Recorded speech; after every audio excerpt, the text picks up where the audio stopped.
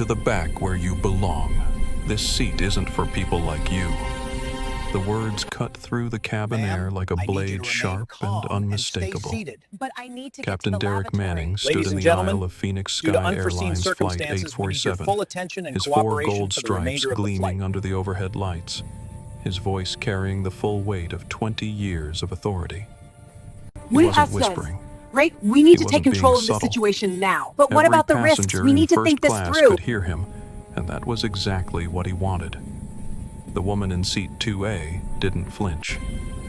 Amara Williams, 42 years old, sat perfectly still in her black hoodie and faded jeans, her hands folded calmly in her lap. She looked up at the captain with eyes that had seen this scenario before. Eyes that held no anger, no fear, just a quiet certainty that would soon turn this man's world upside down. What Captain Manning didn't know, what nobody on that plane knew, was that in exactly 18 minutes, the woman he was trying to humiliate would reveal herself as the founder, CEO, and majority owner of Phoenix Sky Airlines. In 18 minutes, she would fire him on the spot, ground his crew, and trigger a chain of events that would transform an entire industry. Before we dive into this incredible story of power, prejudice, and ultimate karma, I want to know, where are you watching from? Drop your city or country in the comments below. We want to hear from our global audience. And if you believe that everyone, regardless of how they're dressed or what they look like, deserves to be treated with dignity, hit that subscribe button and give this video a like. Trust me, this story is going to take you on a journey you won't forget. Now, let's step aboard Phoenix Sky Flight 847 Phoenix to Miami on what started as a routine Tuesday morning at 7:45 a.m.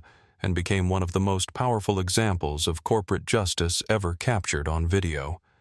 The Phoenix International Airport buzzed with its usual chaos.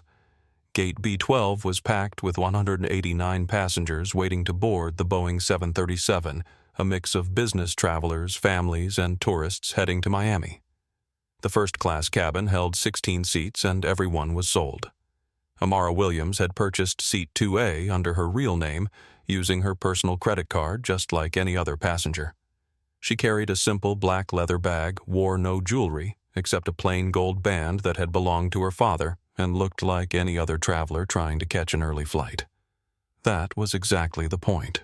For the past 3 months, Amara had been flying her own airline incognito, sitting in different cabins, watching how her crews treated passengers when they thought no executives were watching. She'd received too many complaints through social media, too many stories of discrimination, too many reports that made her stomach turn. As the daughter of Robert Williams, one of the first black commercial pilots in the country, she knew exactly what prejudice looked like at 30,000 feet. Today's flight was different. Today she was investigating specific complaints about Captain Derek Manning and his crew. 7 formal discrimination reports had been filed against Manning in the past 2 years. 7 reports that had mysteriously disappeared into company bureaucracy without any meaningful action. That ended today. Manning stood at the front of first class, his gray hair perfectly combed, his uniform pressed to military precision. At 45, he was everything the old airline industry had been built on: white male commanding, and absolutely convinced that his uniform gave him the right to decide who belonged where. Beside him stood his golf buddy Frank Peterson, a real estate developer from Scottsdale, who was flying on a buddy pass expecting the VIP treatment that came with being the captain's friend. Ma'am Manning's voice dropped to what he probably thought was a reasonable tone, though it still carried that edge of authority that brooked no argument. "I need you to gather your belongings and move to your assigned seat." Amara looked at her boarding pass, then back at Manning. Her voice was calm, measured, with just a hint of steel underneath. "Captain, this is my assigned seat. 2A. First class. I have my boarding pass right here." She held up the pass printed clearly with her name, A. Williams, seat 2A, Phoenix to Miami. Manning barely glanced at it. "There's been a computer error. That seat is reserved for airline personnel." My friend here, he gestured to Peterson, who was already eyeing the wide leather seat with anticipation, is a deadheading pilot who needs to rest before his next assignment. It was a lie, and not even a good one. Peterson wasn't a pilot, wasn't an employee, and certainly wasn't entitled to bump a paying first-class passenger. But Manning had been pulling these power plays for years, using his captain's authority to bend rules for friends, while knowing that most passengers wouldn't dare challenge a pilot. "I understand you may have friends who need seats," Amara replied, her voice never rising above conversational level. "But I paid for this seat. I'm sitting in this seat, and I'm not moving." The cabin had gone quiet. Other passengers, sensing drama, had stopped their conversations and turned to watch. In seat 1B, Maria Santos, a 28-year-old high school teacher from Phoenix, quietly pulled out her phone and started recording. She'd seen enough injustice in her classroom to recognize it when it was happening 3 feet away. Dr. Robert Kim, a Korean-American cardiologist in seat 3C, looked up from his medical journal with growing concern. He'd been flying to medical conferences for 15 years and had never seen a captain behave this aggressively toward a passenger who had done nothing wrong. In the back of the cabin, Jessica Thompson, a 34-year-old single mother, was trying to quiet her crying baby while also watching the confrontation. She'd saved for months to afford the Phoenix to Miami flight for her sister's wedding, and now she was witnessing something that made her deeply uncomfortable. Tom Bradley, a 52-year-old construction foreman in seat 23A, had been flying for work for 20 years. He'd seen delays, mechanical problems, and weather issues, but he'd never seen a captain try to kick a paying passenger out of their seat for no apparent reason. Flight attendant Rosa Martinez stood frozen by the galley. At 38, she'd been with Phoenix Sky for 12 years and had never been put in this position. She knew Manning was wrong. New company policy explicitly forbade bumping paying passengers for buddy pass riders, but she also knew that challenging a captain could cost her job. She had 2 kids at home and couldn't afford to lose her health insurance.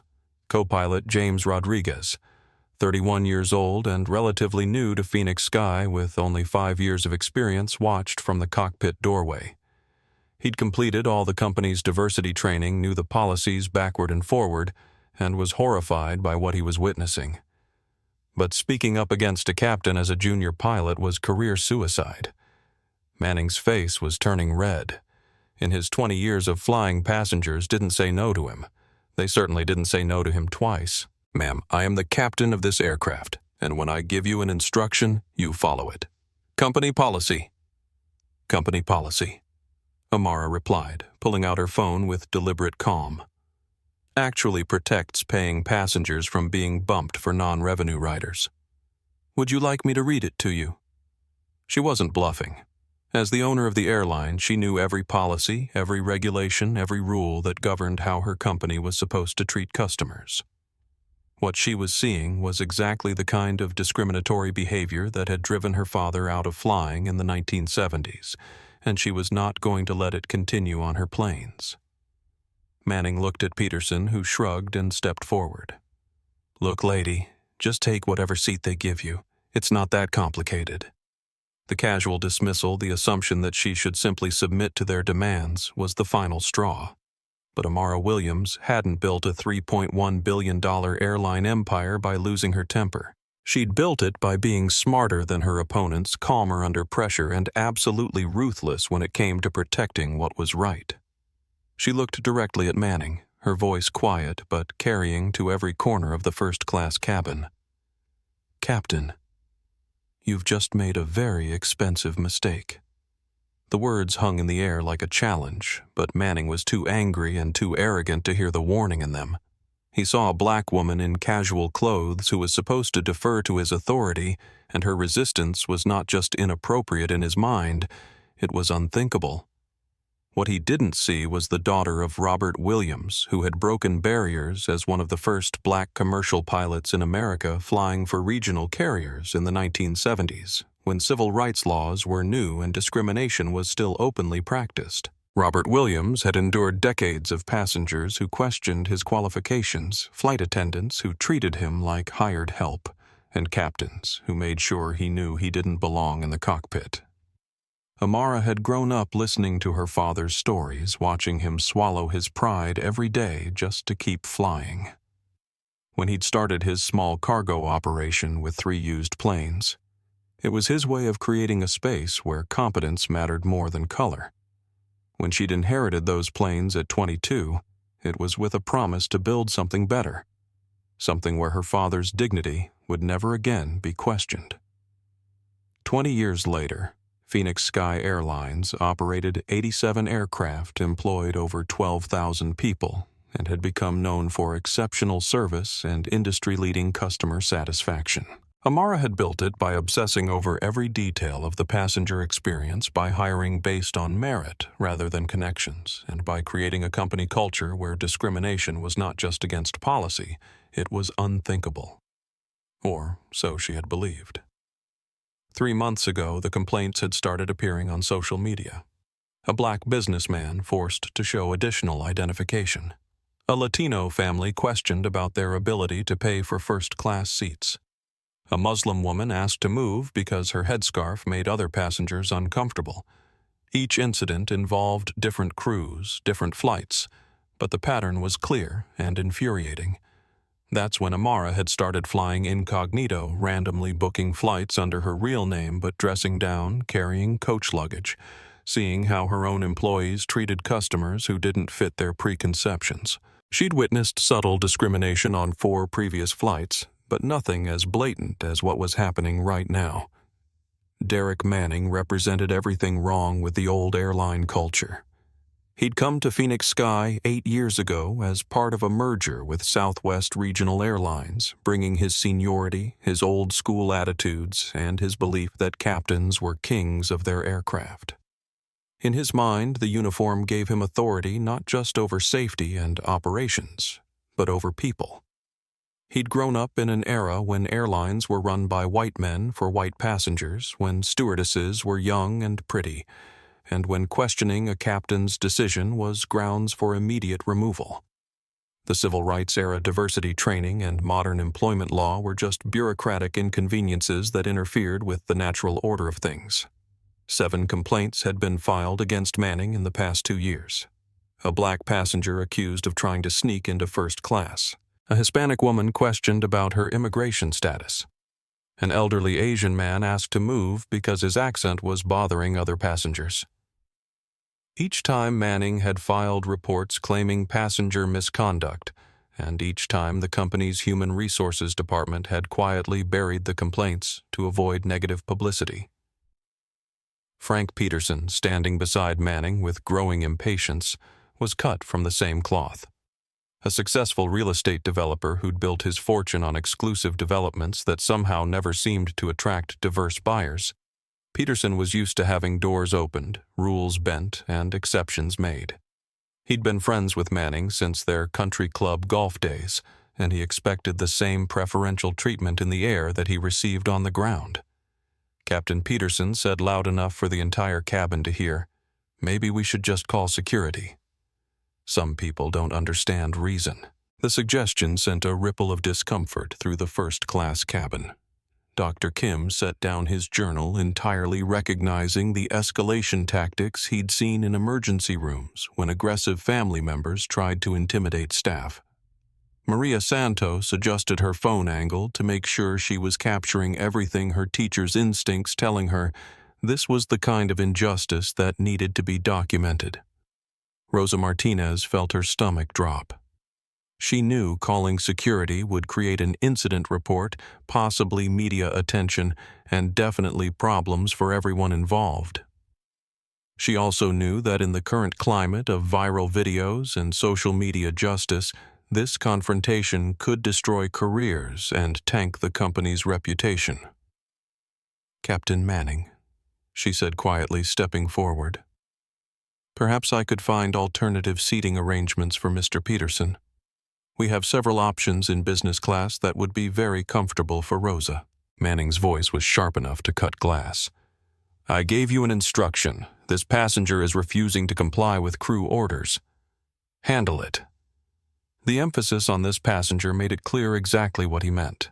Not the passenger or Ms. Williams, But this passenger, the one who didn't belong, the one who needed to be reminded of her place. Amara watched the dynamic play out with the analytical eye of a CEO who'd built her fortune by understanding human nature. She saw Rosa's fear, James's discomfort, the passengers' growing unease. She saw Manning's escalating aggression and Peterson's entitled smugness.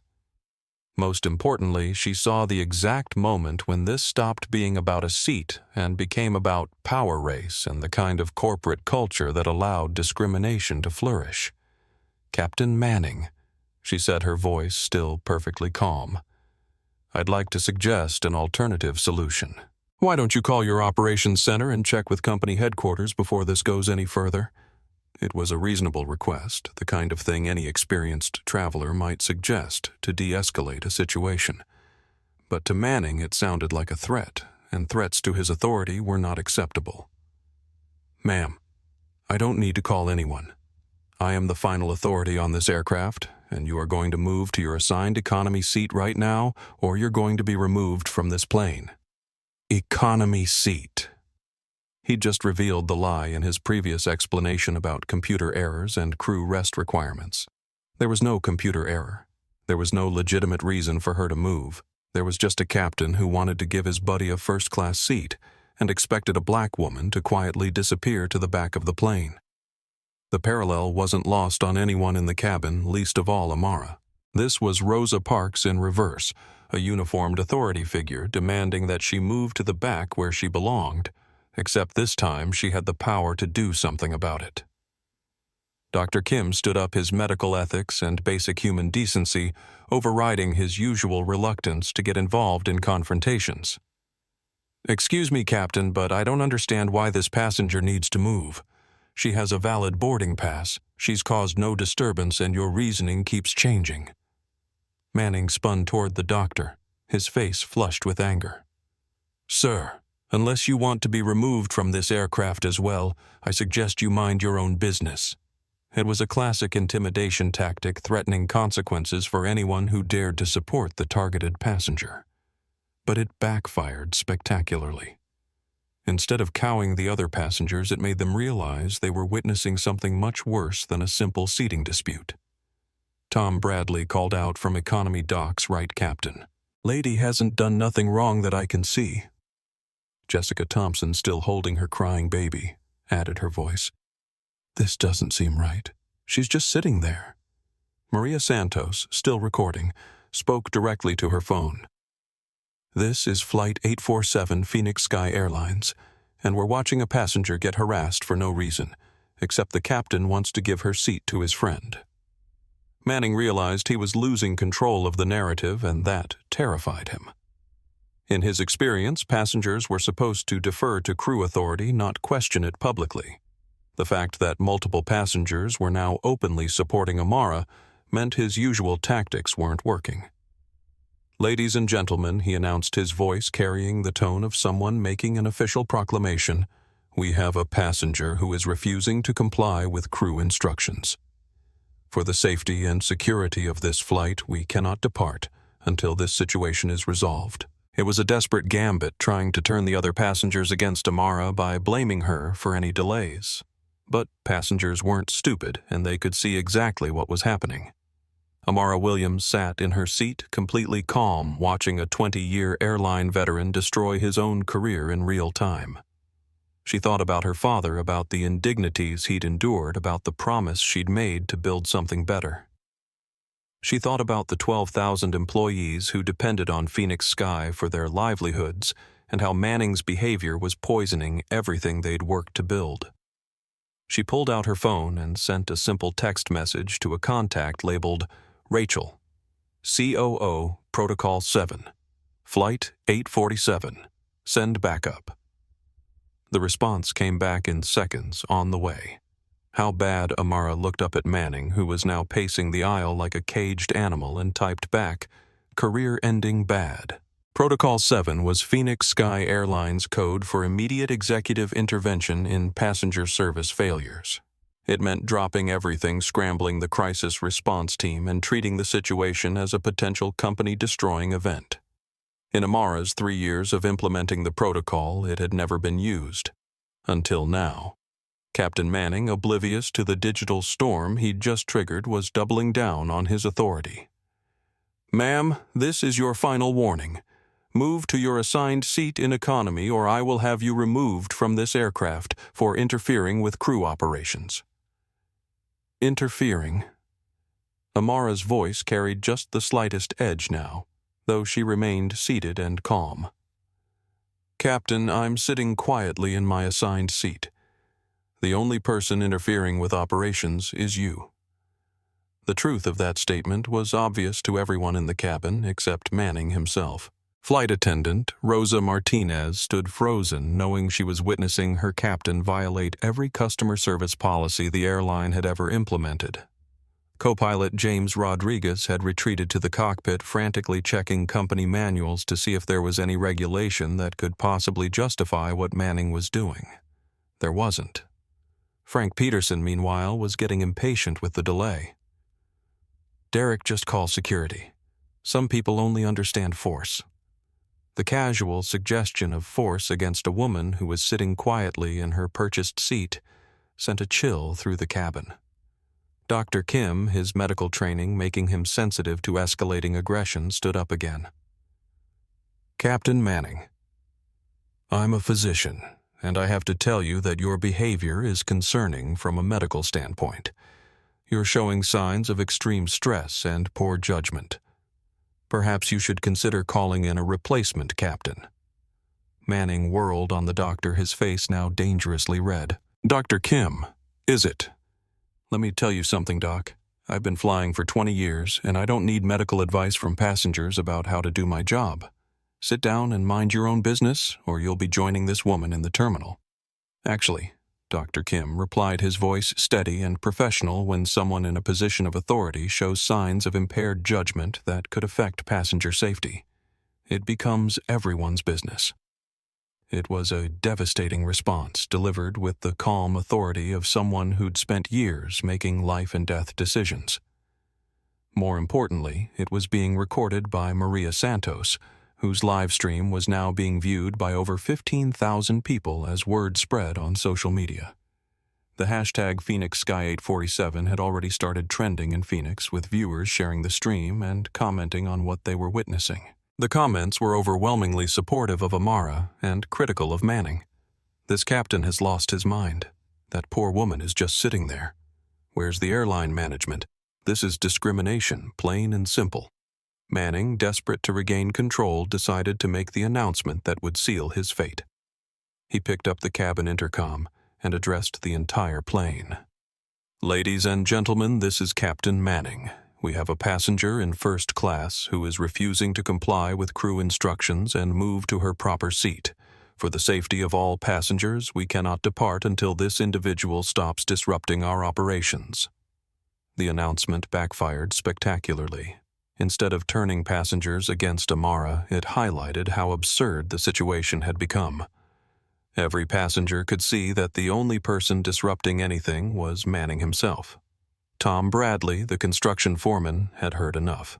"Captain," he called out, his voice carrying the authority of someone who'd spent decades managing difficult situations. "I've been watching this whole thing, and that lady hasn't disrupted anything. She's just sitting there. You're the one making all the noise."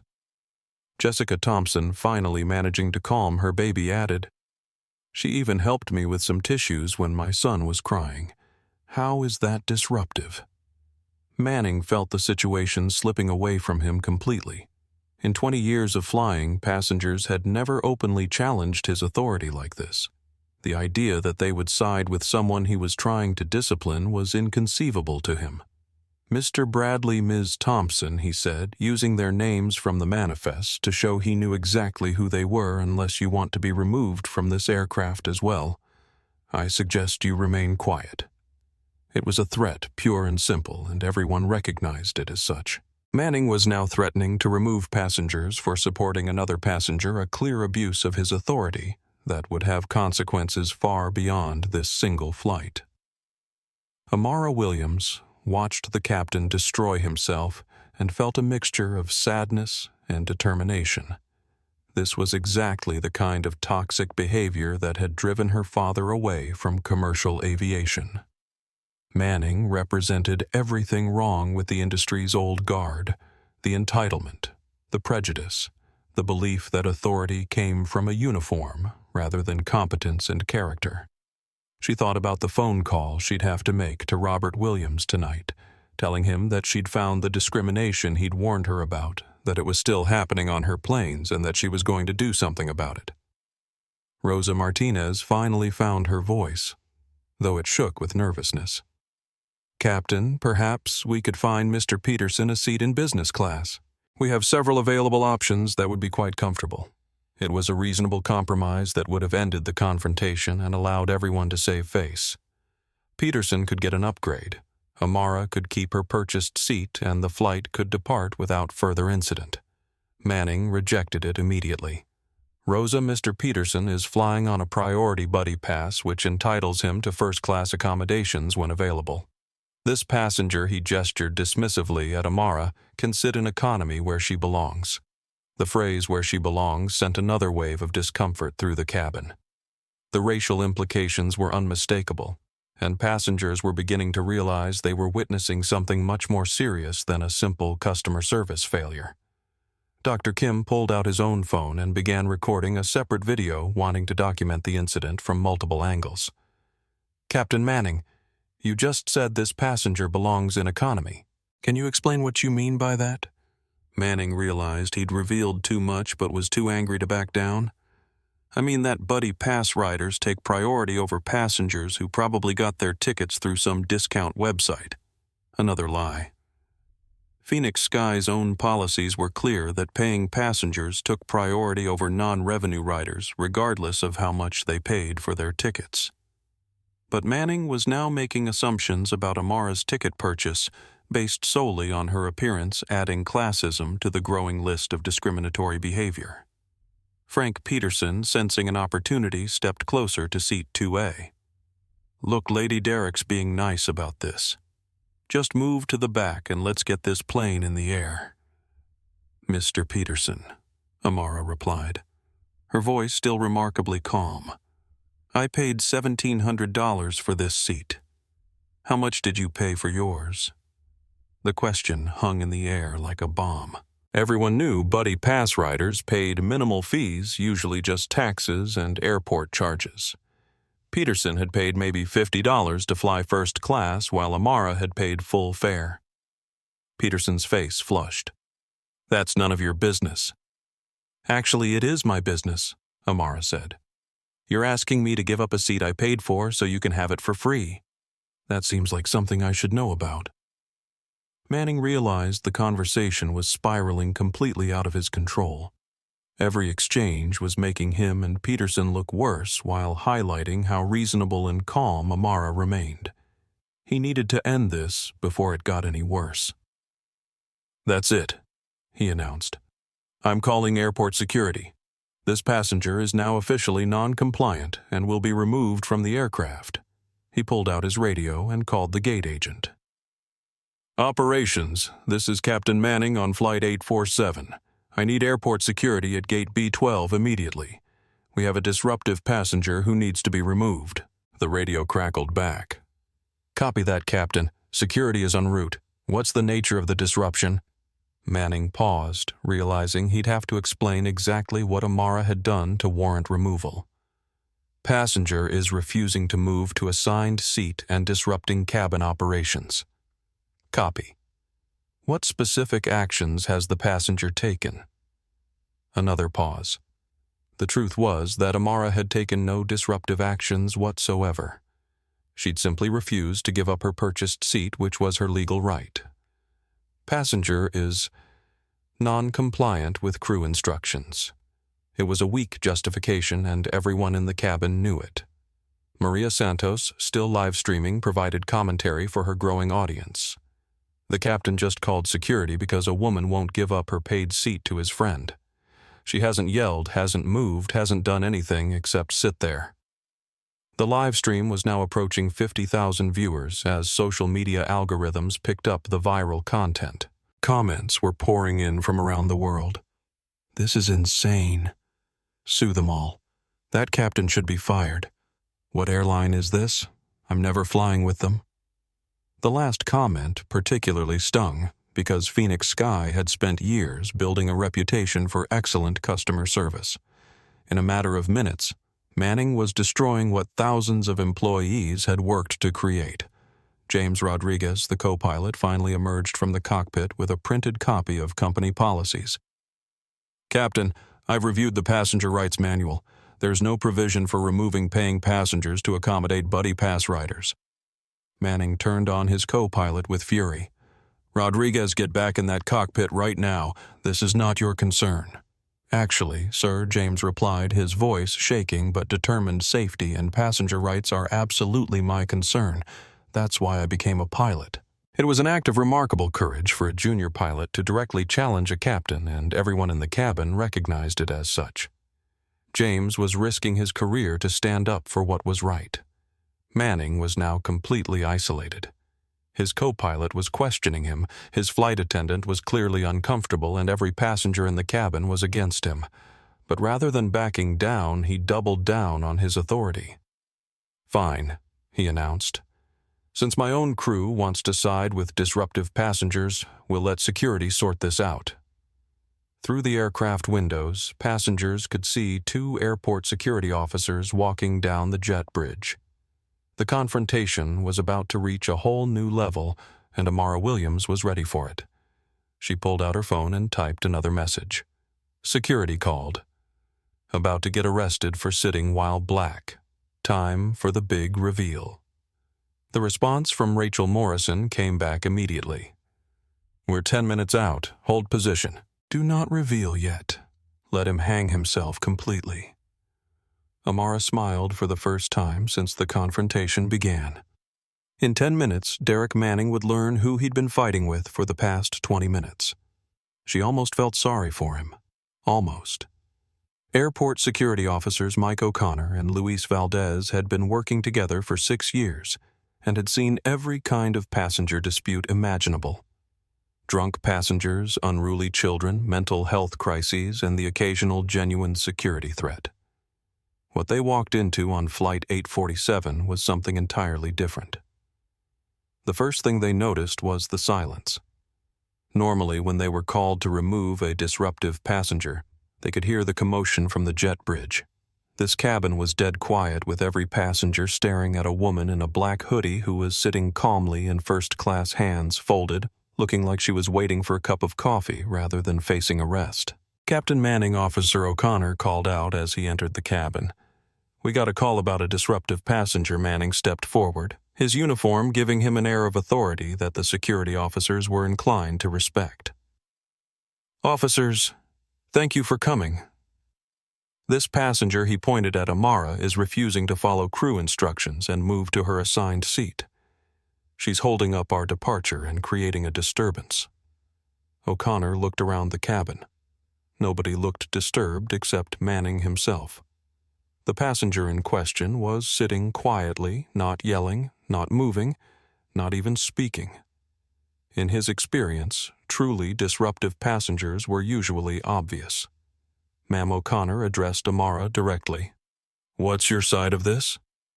Amara looked up at the officer with the same calm expression she'd maintained throughout the confrontation. Officer, I purchased seat 2A first class from Phoenix to Miami. I have my boarding pass, my ID, and my credit card. Captain Manning wants me to move to economy so his friend can have my seat. I politely declined. She said it simply, without drama or emotional appeals, just stating the facts. O'Connor had been in law enforcement for 15 years, and he could recognize truth when he heard it. Captain Valdez asked, Is there a safety concern with this passenger remaining in her assigned seat? Manning hesitated. The honest answer was no. There was no safety concern. The real answer was that he wanted to give Peterson the seat and expected a black woman in casual clothes to comply without question. There's been a computer error, Manning said, falling back on his earlier lie. This seat is reserved for crew rest, and Mr. Peterson here is a deadheading pilot who needs accommodations. O'Connor looked at Peterson, who was wearing a polo shirt and khakis, not a pilot's uniform. Sir, are you a pilot? Peterson shifted uncomfortably. Well, no, but I'm flying on a buddy pass, and Derek said, So you're not a crew member, Valdez interrupted. No, but then there's no crew rest requirement, O'Connor concluded. He turned back to Manning. Captain, I'm not seeing any policy violation here. The passenger has a valid ticket for the seat she's occupying. Manning felt his carefully constructed authority crumbling. Even airport security wasn't automatically siding with him. He needed to escalate further. Officers, this passenger is being disruptive and non-compliant. I am the captain of this aircraft, and I have the authority to remove anyone who threatens the safety of this flight. How is she threatening safety? O'Connor asked, genuinely confused. Manning gestured vaguely at Amara. She's creating tension in the cabin. Other passengers are uncomfortable. Dr. Kim immediately spoke up. Officer, I'm sitting right here, and the only person making anyone uncomfortable is the captain. This woman has been nothing but polite. Tom Bradley called out from economy. She ain't done nothing wrong, officer. Captain's the one causing all the trouble. Maria Santos, still live-streaming to over 70,000 viewers, provided real-time commentary. The security officers look confused because there's obviously nothing wrong with this passenger. She's literally just sitting there. Jessica Thompson, her baby. Now quiet, added her voice. She helped me with my son earlier. She's been nothing but kind. The security officers exchanged glances. In 6 years of working together, they'd never had this many passengers defending someone they'd been called to remove. Usually disruptive passengers were isolated with other travelers, eager to see them gone so flights could proceed. Ma'am O'Connor said to Amara, Have you made any threats, used any inappropriate language, or physically interfered with crew operations? No, officer. I've remained in my seat and spoken only when spoken to. Have you been drinking or using any substances that might impair your judgment? No, officer. I had 1 cup of coffee about an hour ago. Are you feeling ill, emotionally distressed, or experiencing any condition that might affect your behavior? Amara almost smiled at that question. No, officer. I'm feeling perfectly fine. Perhaps a bit disappointed in the service, but otherwise fine. O'Connor turned to Manning. Captain, I'm not seeing any grounds for removal here. The passenger has a valid ticket, she's caused no disturbance, and multiple witnesses are supporting her version of events. Manning's face was turning a dangerous shade of red. Officer, I am telling you that this passenger is non-compliant and needs to be removed. That's my professional judgment as captain of this aircraft. And I'm telling you, O'Connor replied, his own authority now engaged, that I can't remove someone for sitting quietly in their assigned seat. If you have specific evidence of disruptive behavior, I need to see it. The standoff between Manning and airport security was exactly what Amara had been waiting for. She pulled out her phone and checked her messages. Rachel Morrison and the crisis team were 8 minutes away. The confrontation was about to reach its peak. Captain Manning Amara said, her voice cutting through the tension, Perhaps this would be a good time to call your operations center. I believe they might have some guidance for this situation. Manning spun toward her, furious that she was still speaking, still offering suggestions, still acting like she had any say in how this was resolved. Ma'am, I don't need to call anyone. I am the final authority on this aircraft, and you are going to be removed one way or another. It was a threat delivered in front of 2 police officers, and it crossed a line that even Manning's authority couldn't protect him from. Officer Valdez stepped closer to the captain. Sir, you just threatened a passenger. I'm going to need you to calm down and explain exactly what policy this woman has violated. Manning realized he'd gone too far, but his pride wouldn't let him back down. She's violating my instructions as captain. That's interfering with crew operations. What specific instruction, O'Connor asked. To move to economy so crew can use her seat. But you said the friend isn't crew, Valdez pointed out. Manning was trapped in his own lies and growing more desperate by the minute. The seat assignment was changed due to operational requirements. What operational requirements? O'Connor pressed. Manning had no answer because there were no operational requirements. There was only his desire to give Peterson a first-class seat and his assumption that a black woman would quietly comply with his demands. Dr. Kim, watching Manning's increasing agitation, stood up again. "Officers, I'm a medical doctor, and I'm genuinely concerned about this captain's fitness to operate an aircraft. His behavior is erratic, and his judgment appears severely impaired. It was a devastating observation from a medical professional, and it shifted the entire dynamic of the confrontation. Now it wasn't just about passenger rights, it was about flight safety." James Rodriguez, the co-pilot, finally found his courage. "Officers, I've reviewed all our operational manuals and there's no provision for what the captain is trying to do. Company policy explicitly protects paying passengers from being bumped for buddy pass riders." Manning whirled on his co-pilot. "Rodriguez, you're relieved of duty. Get off my aircraft." Sir James replied, his voice shaking, but determined. "I cannot in good conscience allow this flight to proceed with a captain who is making decisions based on personal bias rather than company policy and federal regulations." The cabin erupted in murmurs. A co-pilot was essentially declaring his captain unfit for duty, an unprecedented situation that highlighted just how far Manning had fallen from professional standards. Manning realized he was losing support from every quarter: his crew, the passengers, airport security, and now even his co-pilot. But rather than accepting defeat, he made one final desperate play. "Fine," he announced to the entire cabin. "Since everyone wants to side with this disruptive passenger, we'll cancel this flight. Everyone off the plane." This woman's refusal to follow instructions has now disrupted travel for 189 passengers. It was the nuclear option designed to turn passengers against Amara by making her responsible for everyone's inconvenience. But it backfired spectacularly because every passenger could see that Manning was the only one causing the disruption. Tom Bradley stood up in economy, his construction worker's voice carrying clearly through the cabin. "Captain, that lady didn't cancel nothing. You did. She's been sitting there quiet as a church mouse while you had your meltdown." "Mr. Bradley's right," added Dr. Kim. "This passenger has shown remarkable restraint in the face of what can only be described as harassment." Maria Santos addressed her live stream, which now had over 100,000 viewers. "Ladies and gentlemen, a pilot just canceled a flight because a passenger won't give up her paid seat to his buddy. This is Phoenix Sky Airlines Flight 847, and what you're seeing is absolutely unprecedented." The hashtag Phoenix Sky 847 was now trending nationally, with major news outlets starting to pick up the story. Comments were flooding in from around the world. "This is outrageous. That pilot has lost his mind. Phoenix Sky's stock is going to tank. Someone's getting fired today. Is this real? This can't be real." But it was real, and it was about to get much more real for Captain Derek Manning. Amara checked her phone again. Rachel Morrison was 6 minutes away. The cavalry was coming, but first she wanted Manning to complete his self-destruction.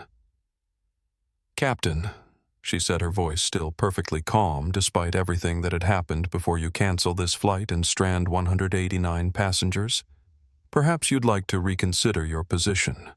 I'm offering you one last opportunity to simply follow your company's policies and treat your customers with respect." Manning stared at her with undisguised hatred. In his mind, she represented everything wrong with the modern world: minorities who didn't know their place, customers who questioned authority, and uppity women who thought they could challenge men in uniform. "Ma'am, you have caused nothing but trouble since you boarded this aircraft. You've disrupted operations, defied crew instructions, and now you've forced me to cancel a flight. I hope you're satisfied with the chaos you've created." It was the final nail in Manning's professional coffin. He'd just blamed a passenger for his own discriminatory behavior, creating a paper trail of misconduct that would end his career and potentially expose the airline to massive liability. Officer O'Connor had seen enough. "Captain Manning, I think you need to step aside and let someone else handle this situation. Your judgment appears compromised." Manning's authority was evaporating in real time. His co-pilot had challenged him, airport security was questioning him, and every passenger was against him. He was facing the complete collapse of everything he'd built his identity on. And then Amara Williams's phone rang. She looked at the caller ID and smiled. "Excuse me," she said to Officer O'Connor. "I need to take this call. It's from Phoenix Sky Airlines headquarters." Manning's blood ran cold. He'd been so focused on asserting his authority that he'd forgotten the most basic rule of airline operations. Everything gets reported to headquarters. Someone at the company knew what was happening on Flight 847, and they were calling the passenger he'd been trying to remove. Amara answered the phone, putting it on speaker so everyone could hear. "Hello, Rachel." The voice on the other end was professional, authoritative, and concerned. "Amara, we're in the terminal now. How bad is the situation?" "Well," Amara replied, looking directly at Manning. "The captain has just canceled the flight, threatened to remove me for sitting in my assigned seat, and blamed me for disrupting 189 passengers. Oh, and he's refused multiple suggestions to call operations for guidance." "Copy that. We'll be there in 2 minutes. Is the crew still on board?" "Yes, though the co-pilot has declared the captain unfit for duty, and the flight attendant appears to be in distress." There was a pause on the line then. "Understood. Amara, please hold your position. We're handling this now." Manning stared at Amara in growing confusion and dawning horror. The woman on the phone had called the passenger by her first name, spoke to her like a colleague, and seemed to be taking her side completely. "Ma'am," Manning said, his voice suddenly uncertain. "Who exactly are you talking to?" Amara looked up at him with an expression that held no anger, no triumph, just a weary sadness at what she'd witnessed. "Captain Manning. I'm talking to Rachel Morrison, Chief Operating Officer of Phoenix Sky Airlines. She's coming to discuss your employment status." The words hit Manning like a physical blow. The passenger he'd been trying to remove had a direct line to the airline's senior management, and they were treating her concerns as legitimate while questioning his authority. Officer O'Connor and Officer Valdez exchanged glances. They'd seen enough workplace disputes to recognize when someone was about to have a very bad day. Manning's phone suddenly rang. He looked at the caller ID and his face went white.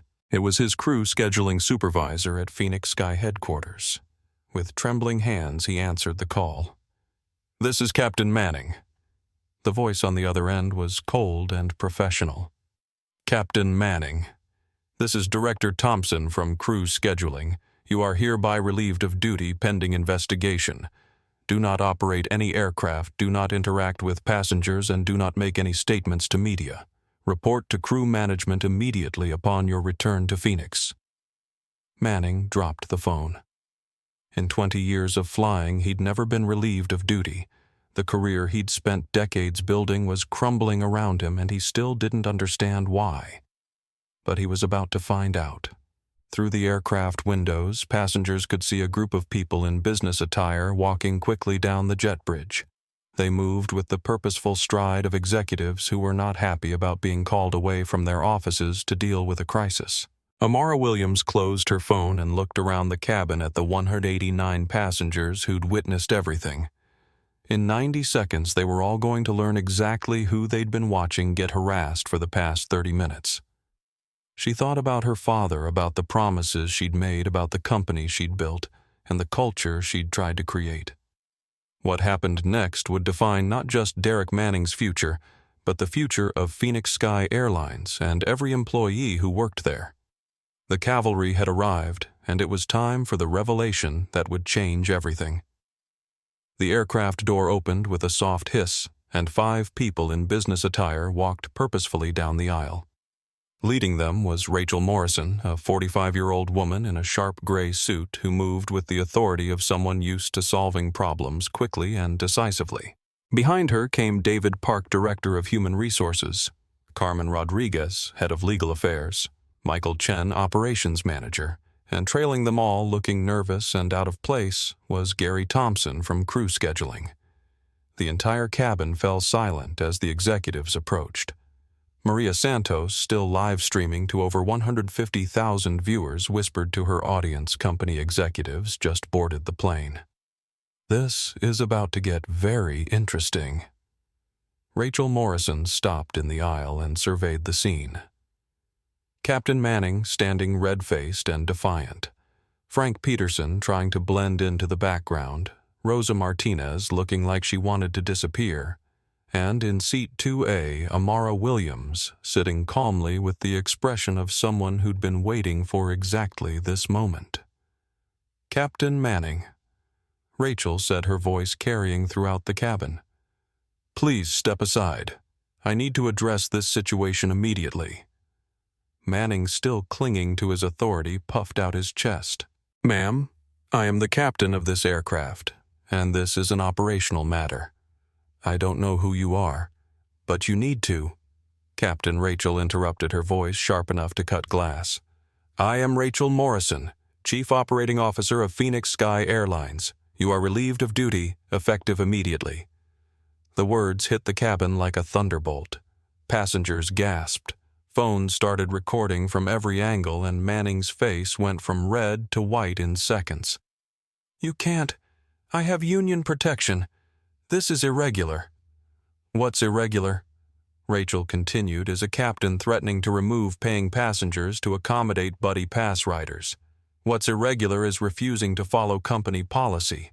What's irregular is creating an international incident that's currently trending on social media and destroying our company's reputation."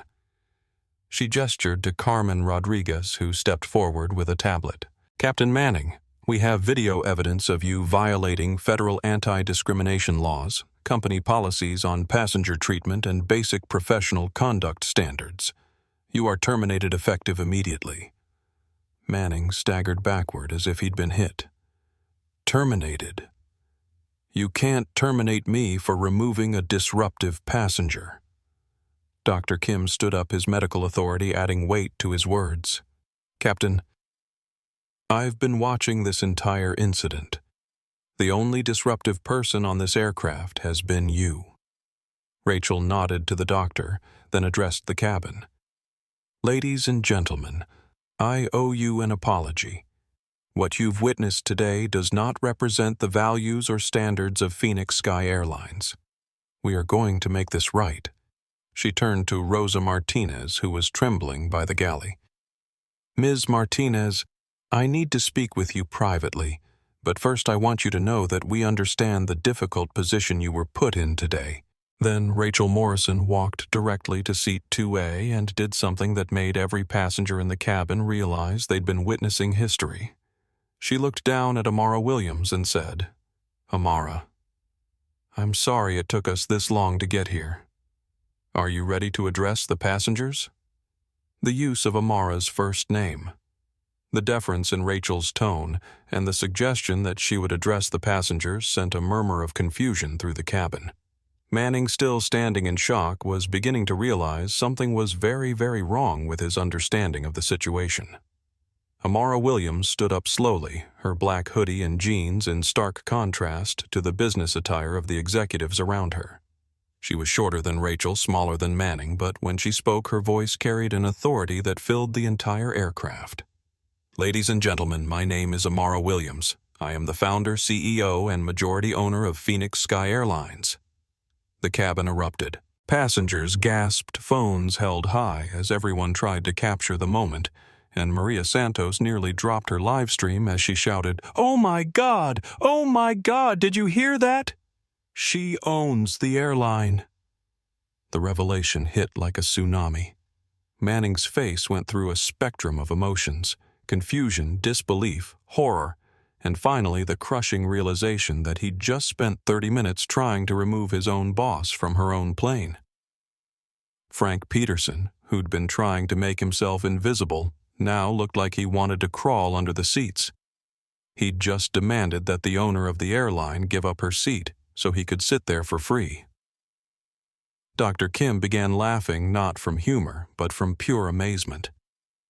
"Captain Manning, Do you understand what just happened? You tried to have the owner of the airline arrested for sitting in her own plane. Tom Bradley, the construction foreman, called out from economy. Well, I'll be damned. Lady, you've got more class than any CEO I ever met. Jessica Thompson, still holding her baby, started crying. You helped my son while they were harassing you, and you own the whole airline. I can't believe it. Maria Santos addressed her live stream, which had now exploded to over 300,000 viewers. Ladies and gentlemen, we just witnessed the owner of Phoenix Sky Airlines get racially profiled and harassed by her own captain. This is the most incredible thing I've ever seen. The social media explosion was immediate and devastating. Phoenix Sky 847 became the #1 trending topic worldwide within minutes. News outlets were picking up the live stream, and Phoenix Sky's stock price was fluctuating wildly as investors tried to process what they were seeing. Amara looked around the cabin at the passengers who'd supported her, the crew members who'd stood up for what was right, and finally at Derek Manning, who was standing frozen in complete shock. Captain Manning, she said, her voice still calm, but now carrying the full weight of her authority for 20 minutes. You demanded that I move to the back of the plane where I belong. You called me disruptive for sitting quietly in a seat I purchased. You threatened to have me arrested for refusing to give up my rights to your friend. Manning tried to speak, but no words came out. The magnitude of his mistake was still sinking in. You assumed that because I'm a black woman in casual clothes, I didn't belong in first class. You assumed I couldn't afford the seat. You assumed I would quietly submit to your demands rather than stand up for my rights. The cabin was dead silent except for the clicking of phones recording every word. What you didn't know, Amara continued, is that my father was one of the first black commercial pilots in this country. He faced the same discrimination you showed me today, but he didn't have the power to fight back. I do. She gestured to Rachel Morrison. Rachel, please explain to the passengers what happens now. Rachel stepped forward, her expression serious and professional. Ladies and gentlemen, Captain Manning has been terminated from Phoenix Sky Airlines effective immediately. We are conducting a full investigation of this incident and any related complaints. Every passenger on this flight will receive a full refund, a travel voucher, and our sincere apology. Manning finally found his voice, though it came out as a whisper. You can't be. You're just a passenger. Amara pulled out her phone and showed him the screen. It displayed the Phoenix Sky Airlines company directory with her photo and title clearly visible. Amara Williams, founder and chief executive officer. Captain Manning. I'm not just a passenger. I'm the person who built this airline from 3 cargo planes my father left me. I'm the person who hired you 8 years ago when we acquired Southwest Regional. I'm the person who's been receiving complaints about your behavior for 2 years. The revelation that she'd been investigating him specifically was the final blow. Manning had spent his entire career believing that his uniform and authority protected him from consequences. Now he was learning that the person he'd tried to humiliate was the same person who could end his career with a phone call. Frank Peterson, realizing his own exposure, tried to slip toward the exit. But David Park, the HR director, blocked his path. Mr. Peterson will need your contact information. You're a key witness in this incident, and there may be legal implications for your participation in what appears to be discriminatory harassment. Peterson's face went white. As a real estate developer, he couldn't afford to be associated with a racial discrimination incident that was being broadcast live to hundreds of thousands of people. Rosa Martinez, who'd been silent throughout the revelation, finally spoke up. Ms. Williams, I'm sorry. I knew Captain Manning was wrong, but I was scared of losing my job if I stood up to him. Amara's expression softened. Rosa, you were put in an impossible position. That's exactly why we're changing our policies. No employee should ever have to choose between their job and doing what's right. Co-pilot James Rodriguez, emboldened by the support from management, addressed Manning directly. Captain, I tried to tell you that you were violating company policy. I showed you the manual. You threatened to end my career for following regulations. Rachel Morrison made a note on her tablet. Mr. Rodriguez, your actions today showed exactly the kind of courage and professionalism we want from our pilots. You'll be receiving a commendation for standing up for company values under pressure. The transformation in the cabin's dynamic was complete. Manning, who'd started the incident as the ultimate authority figure, was now completely powerless and facing the destruction of everything he'd worked for. Amara, who he'd tried to victimize, was revealed as his ultimate superior. Dr. Kim raised his hand. Ms. Williams, I have to ask, why didn't you reveal who you were earlier? You could have ended this immediately. Amara smiled for the first time since boarding the plane. Doctor, if I'd pulled rank immediately, Captain Manning could have claimed he would have acted differently if he'd known who I was. This way, everyone can see exactly how he treats passengers when he thinks there are no consequences. The brilliance of her strategy was obvious to everyone. By enduring the harassment and letting Manning destroy himself completely, she'd created an undeniable record of discriminatory behavior that no union representative or lawyer could explain away. Tom Bradley called out from economy. Ma'am, you let that man disrespect you for 20 minutes just to prove a point. That takes more guts than I've ever seen. Mr. Bradley. Amara replied, My father endured a lot worse than 20 minutes of disrespect. The difference is I have the power to make sure it doesn't happen to anyone else. Maria Santos, still live streaming, provided commentary for her global audience. Ladies and gentlemen, we just watched the most incredible display of grace under pressure and strategic thinking I've ever seen. She let him hang himself completely. The comments on the live stream were exploding. She's a genius. That captain is finished. Phoenix Sky stock just went up 15%. Best CEO ever. Justice served perfectly. Manning made one last desperate attempt to salvage something from the disaster. Ms. Williams, there's been a misunderstanding. If I'd known who you were, Captain. Amara interrupted. That's exactly the problem. You should treat every passenger with respect regardless of who you think they are. The fact that you would have acted differently if you'd known I was the CEO proves that your behavior today was based on prejudice, not policy. Rachel Morrison stepped forward with final instructions. Captain Manning's security will escort you from the aircraft. Your personal items will be sent to your address on file. Mr. Peterson, you're banned from Phoenix Sky Airlines pending legal review of this incident. Manning looked around the cabin one last time, seeing the faces of passengers who'd witnessed his complete humiliation. His 20-year career was over. His reputation destroyed, and his pension in jeopardy, all because he couldn't accept that a black woman belonged in first class. As security officers escorted Manning off the plane, Dr. Kim began clapping. The applause spread through the cabin until every passenger was giving Amara a standing ovation.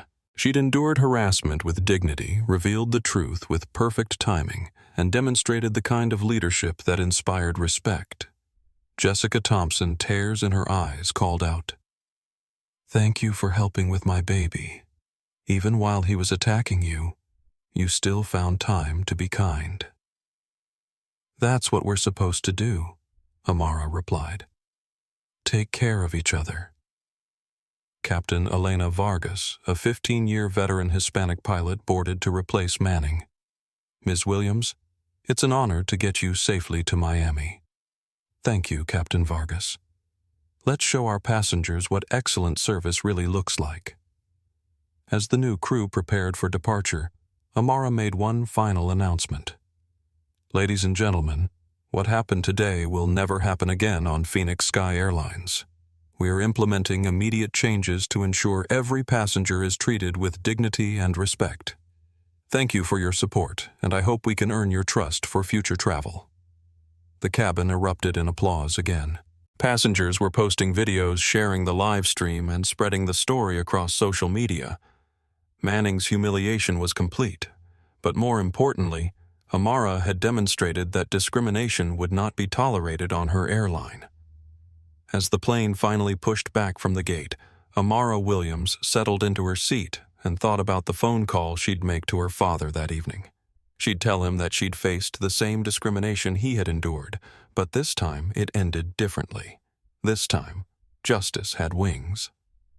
Flight 847 finally lifted off at 11:47 a.m., nearly 4 hours behind schedule, but carrying something more valuable than an on-time departure, a story that would reshape an industry.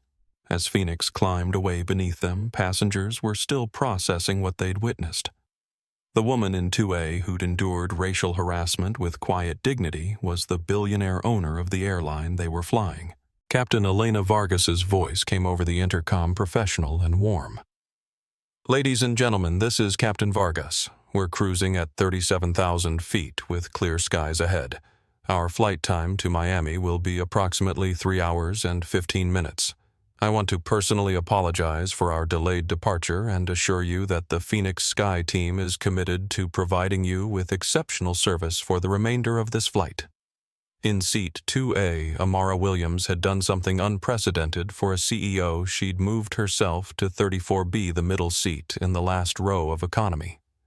"I want the complete customer experience," she'd told Rachel Morrison before the executives deplaned. "How can I fix problems I've never experienced myself?" Tom Bradley, the construction foreman in 23A, had immediately offered to switch seats with her. "Ma'am, a lady like you shouldn't be stuck in the middle back there, Mr. Bradley." Amara had replied with a smile. "A lady like me needs to understand exactly what her customers go through when they fly with us." Now squeezed between Tom and Jessica Thompson with her baby, Amara was experiencing Phoenix Sky Airlines from the perspective of economy passengers. The legroom was adequate but tight. The seats showed wear from heavy use, and the noise from the galley and lavatories was significant. She made mental notes about everything: the frayed seatbelt, the wobbling tray table, the overhead bin that didn't quite close properly. "Ms. Williams," Jessica said quietly, bouncing her baby son Marcus on her knee. "I still can't believe you helped me with him while that captain was being so awful to you." "Jessica, your baby needed attention. That's more important than some man's bruised ego."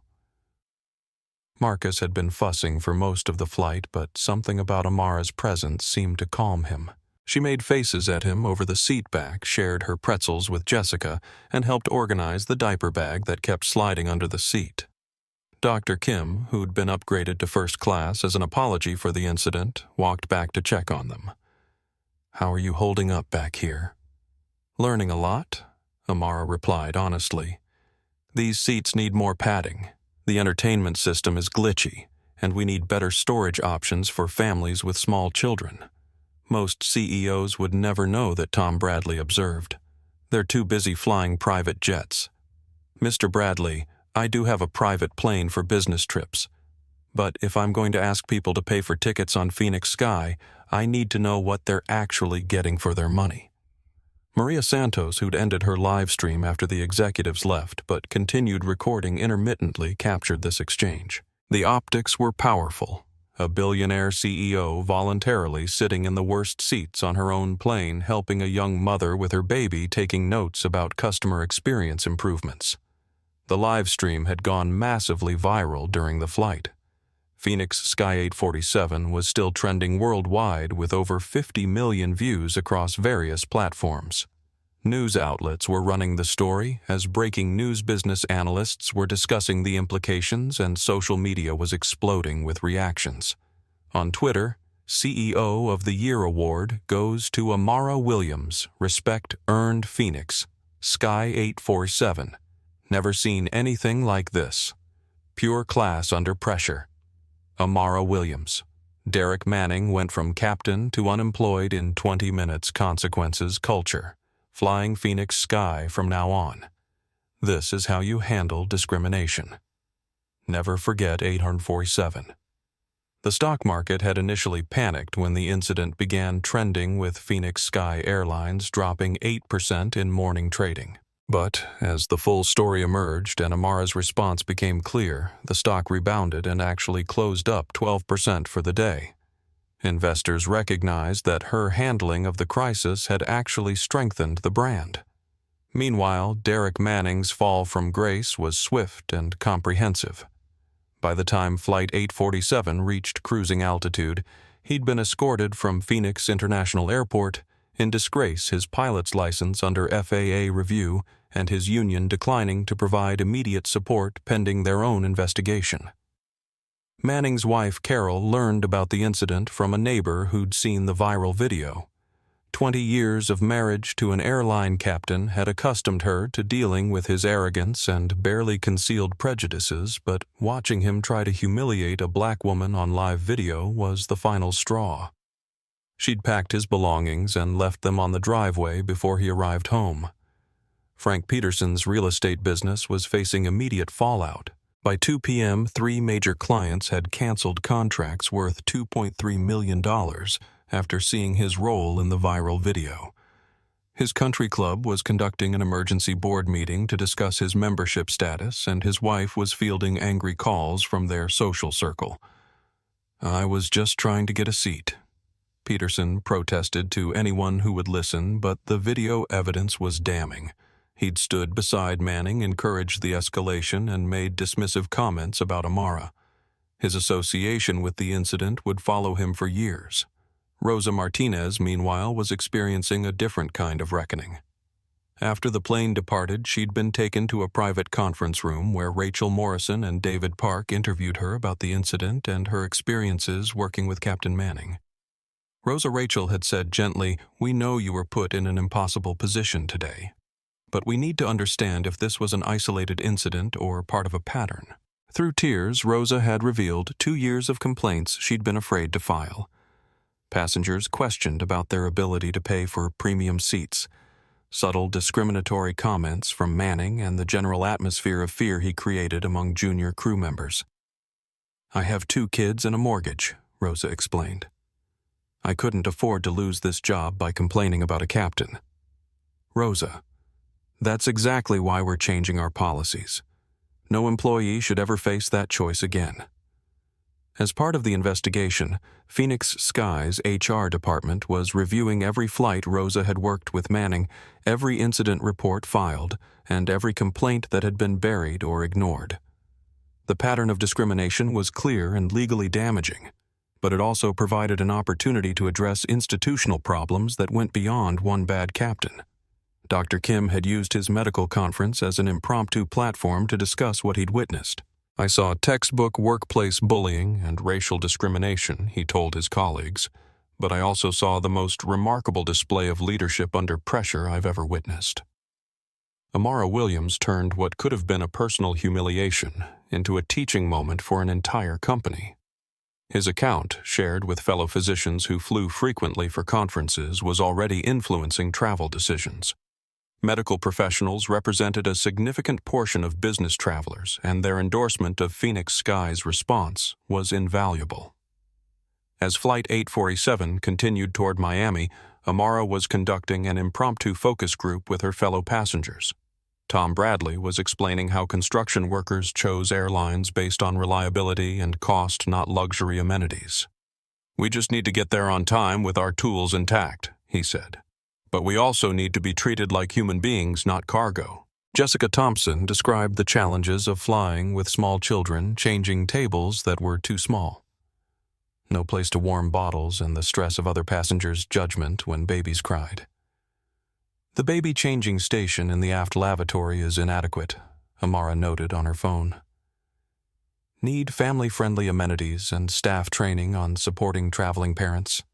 Dr. Kim joined the conversation from first class, offering the perspective of frequent business travelers. "What happened today with Captain Manning wasn't an isolated incident. I've seen discrimination against passengers who don't fit the premium traveler profile at multiple airlines. That ends with us," Amara replied firmly. "We're going to set the standard for how airlines treat all passengers." Maria Santos was documenting these conversations for a follow-up story.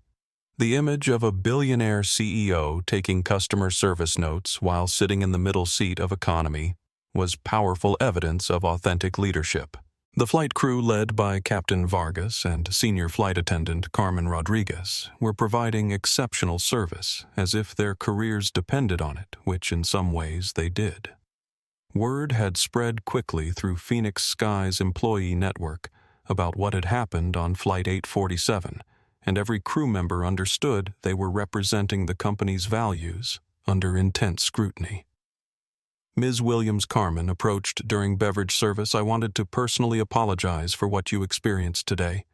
That behavior doesn't represent who we are as a company. Carmen, you weren't even on the original crew. You have nothing to apologize for. But I want you to know that we're going to make changes to ensure this never happens again."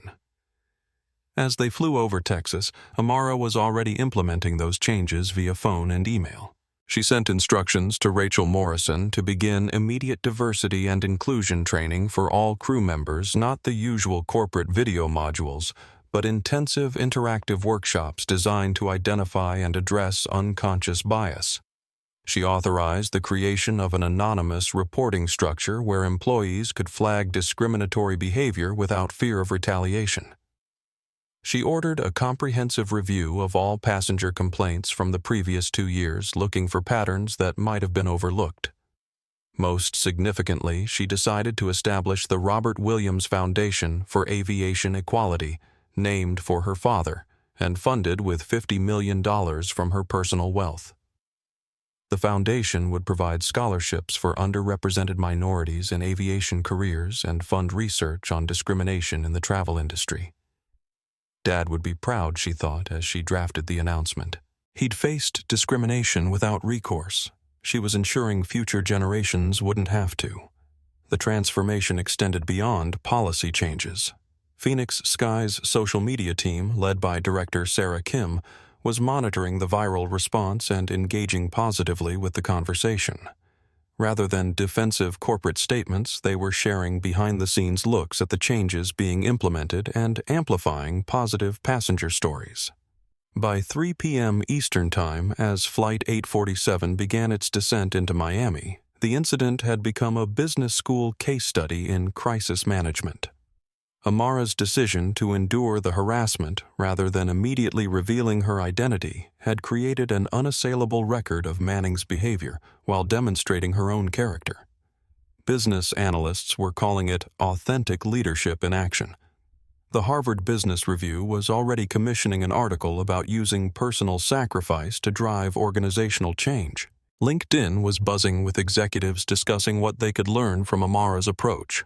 But for the passengers on Flight 847, it was simpler than business theory.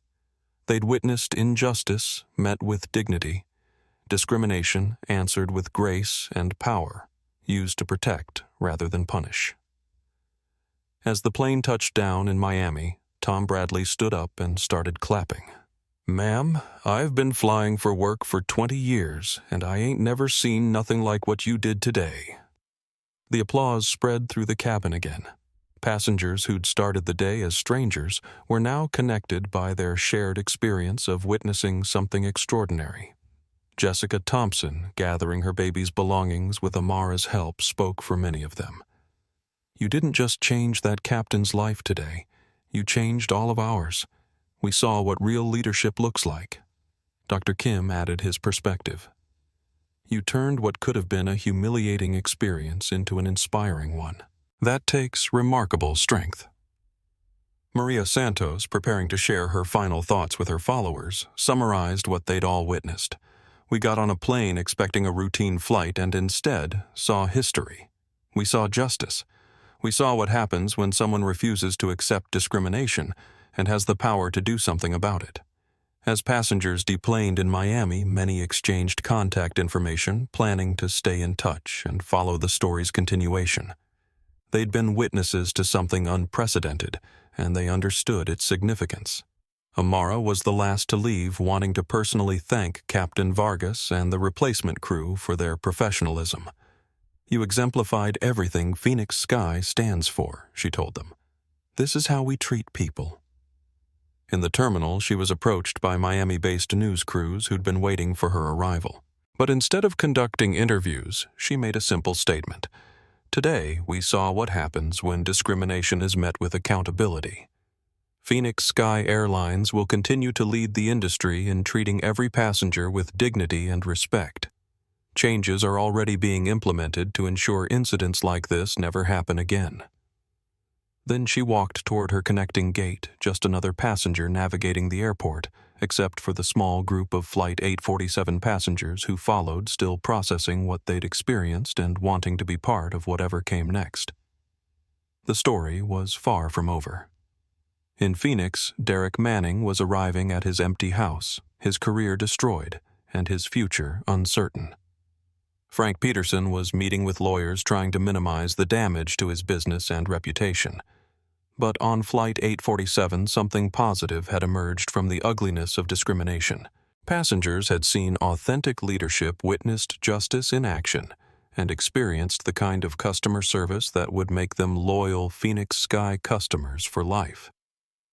As Amara Williams boarded her connecting flight to continue her business trip, she reflected on her father's legacy and the promise she'd made to build something better.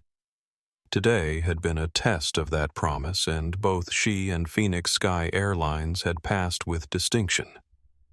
The flight that had started with discrimination ended with transformation, proving that sometimes the most powerful response to injustice isn't anger or retaliation, but the quiet determination to make lasting change.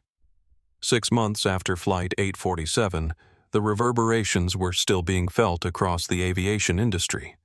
What had started as a single incident of workplace discrimination had evolved into a catalyst for widespread change affecting everything from federal regulations to corporate training programs. The Amara Williams story, as it had become known, was taught in business schools as a masterclass in crisis leadership. Her decision to endure harassment rather than immediately reveal her identity had created an undeniable record of discrimination that no legal maneuvering could explain away. More importantly, her response had demonstrated that authentic leadership meant accepting personal cost to drive institutional change. Phoenix Sky Airlines had become the industry gold standard for passenger rights and employee accountability.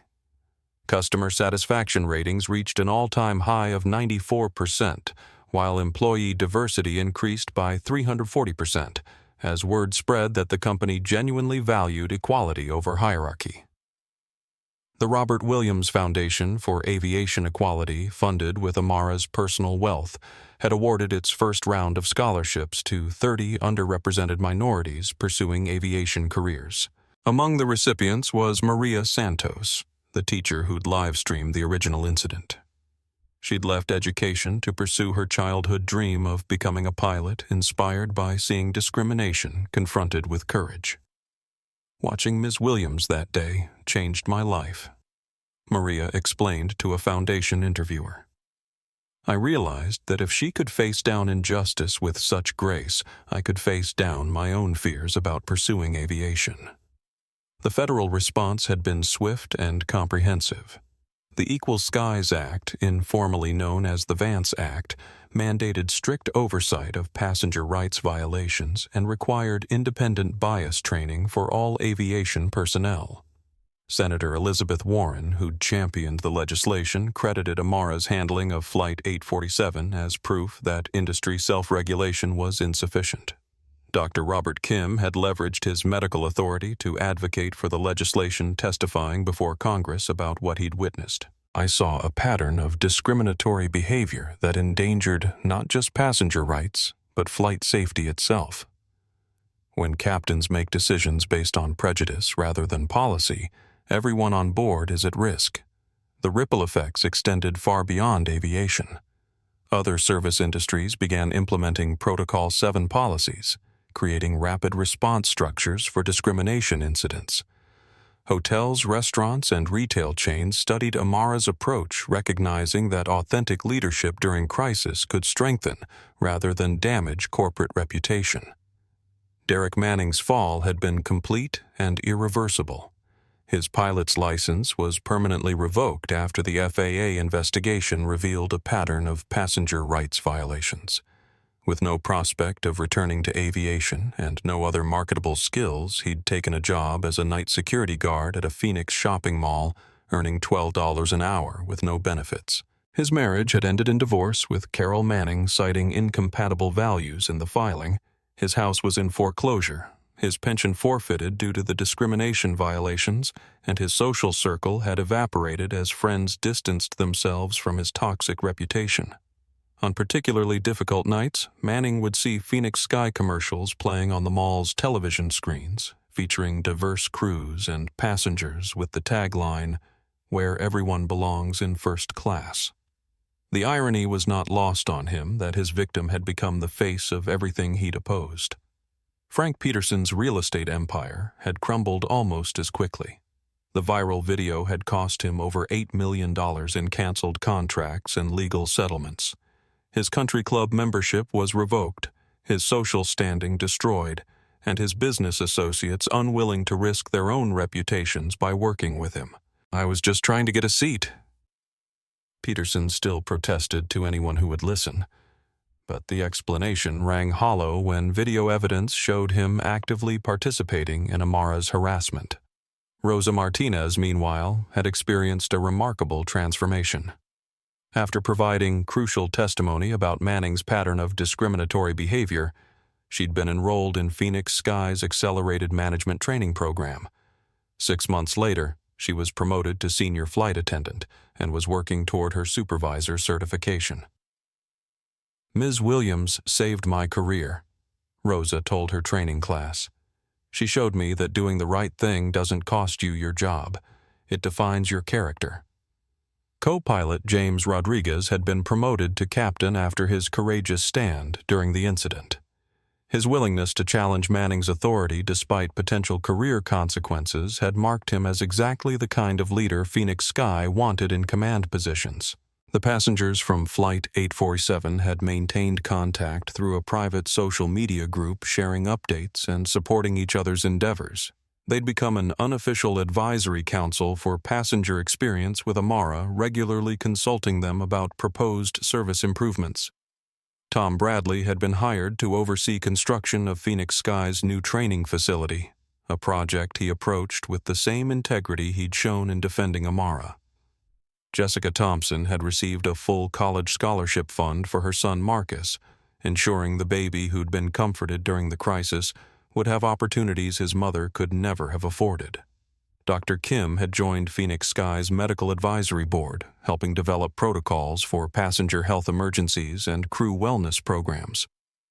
His medical expertise, combined with his witness testimony from Flight 847, gave him unique authority to advocate for passenger safety and rights. But perhaps the most profound impact was on industry culture itself. The phrase "sitting while black" had entered the lexicon as shorthand for discrimination against people who didn't fit traditional assumptions about premium passengers. Airlines across the world were re-examining their training programs and challenging unconscious biases that had gone unaddressed for decades. American Airlines, Delta, and United all implemented new passenger rights protocols directly inspired by the Phoenix Sky incident. International carriers began adopting similar policies, recognizing that discrimination was not just morally wrong, but economically disastrous in an era of viral social media. The story had also inspired a new generation of diverse aviation professionals. Applications to flight training programs from women and minorities increased by 280% in the 6 months following Flight 847, with many applicants specifically citing Amara's example as motivation to pursue careers in aviation. 1 year after the incident, Amara Williams was invited to address the International Air Transport Association's annual conference. Standing before an audience of airline executives, government officials, and industry leaders, she reflected on what had changed and what still needed to be done. Flight 847 wasn't just about one bad captain or one discriminatory incident, she told the assembly. It was about a culture that allowed prejudice to flourish because we prioritized hierarchy over humanity. We fixed that by remembering that every passenger, regardless of their appearance or background, deserves to be treated with dignity. The speech received a standing ovation from an industry that had once been dominated by people who looked nothing like her. The applause wasn't just for her words, but for the transformation she'd catalyzed through her courage and leadership. That evening, Amara called her father from her hotel room in Geneva.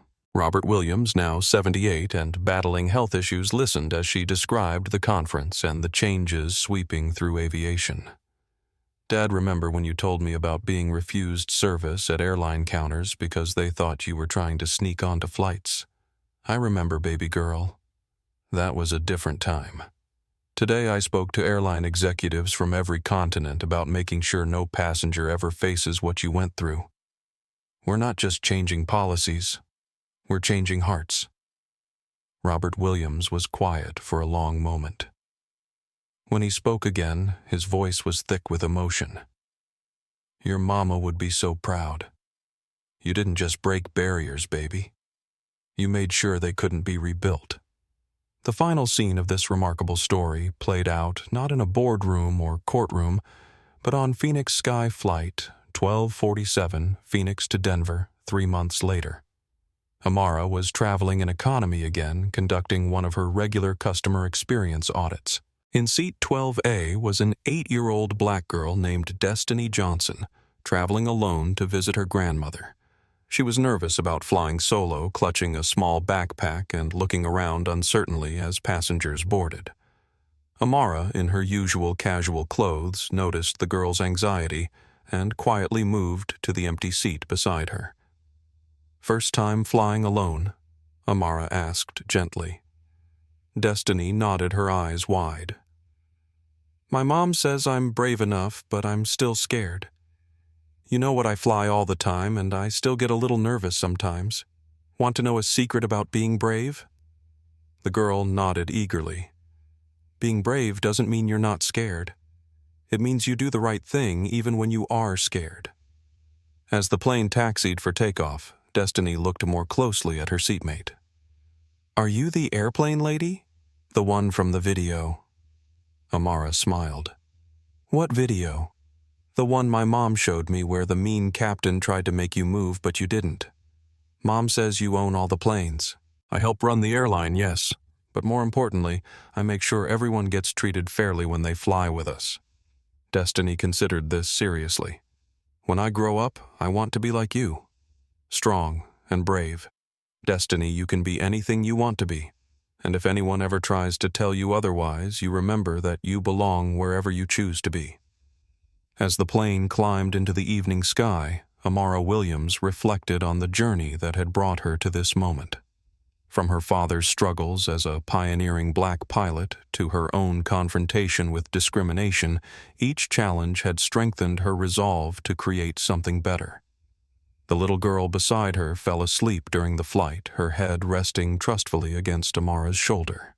In that simple gesture was the promise of a future where children like Destiny would never have to question their right to belong anywhere they chose to go. Outside the window, the lights of cities passed below each one, representing communities where people were working, dreaming, and traveling to build better lives for themselves and their families.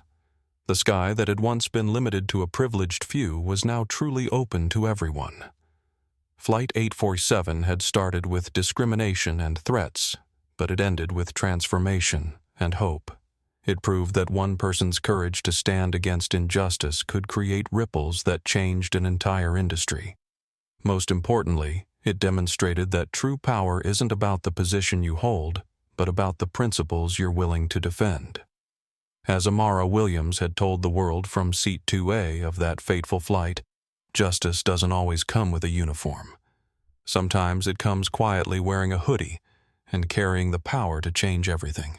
The flight that began with someone trying to put her in her place had ended up putting dignity and respect in their rightful place at the center of how people should be treated. And that change, carried forward by passengers, crews, and leaders who had witnessed what authentic leadership looked like under pressure, would ensure that the skies remained open and equal for generations to come. If you've been moved by this incredible story of courage, dignity, and ultimate justice, I want you to do something important. Hit that like button right now to show your support for stories that matter. Share this video with someone who needs to hear it today, because these lessons about standing up for what's right are more important now than ever. Subscribe to our channel and ring that notification bell so you never miss another story of justice, karma, and the power of doing what's right. We've got more incredible true stories coming that will restore your faith in humanity and remind you that good people still exist in this world. Drop a comment below and tell us. Have you ever witnessed discrimination? Have you stood up for someone who needed help? Share your story because your experience matters, and together we can create a world where everyone is treated with the dignity they deserve. Thank you for watching.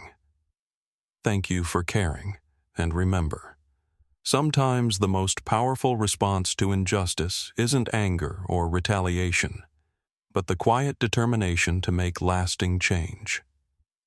Until next time, keep standing up for what's right.